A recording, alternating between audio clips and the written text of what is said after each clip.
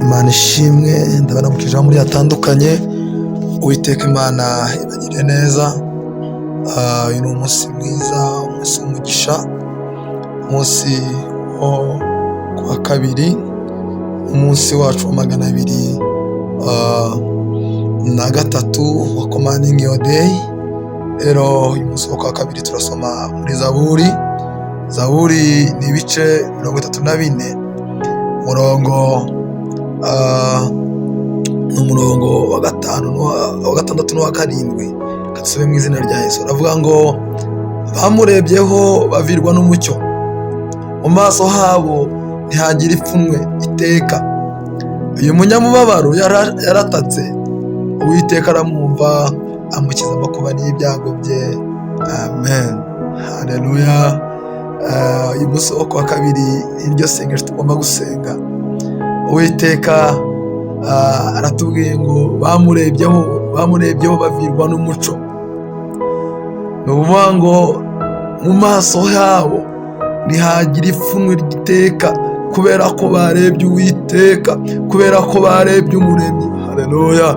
Muvandimwe, reka nkubwire, birashoboka ko wagize ibibabaro, birashoboka ko wagize ibibazo, ariko uyu mwanya ndagira ngo nkubwire, zambura amaso yawe, rambura kugira ngo kandi wongere urebe Uwiteka. Ndibuka Mose yamanitse inzoka y'umuringa, abantu bamaze gukomwa n'inzoka bayireba, ubunamuka akayireba akabasha gukira. Kristo yabambwe ku musaraba, nawe unamuka umurebe, numurebe uravirwa n'umucyo, numurebe Uwiteka arabana nawe. Reka nkubwire, umunyamubabaro we, yewe unaniwe we, yewe umerewe nabi we, hanyuma ataka, Uwiteka arakumva, aragukiza amakuba n'ibyago byawe byose. Uyu mwanya wo kuwa kabiri senga, bwira Uwiteka ngo Mana, icyama nkakureba, icyama ubuzima bwanjye bwahindurwa nawe. Orabashana bakori abazana. Reka nkubwire, zamura Uwiteka, vuga ko ari Imana ikomeye. Imana reka ibane nawe, Imana reka gucira inzira, Imana reka ifungura imiryango ku buzima bwawe.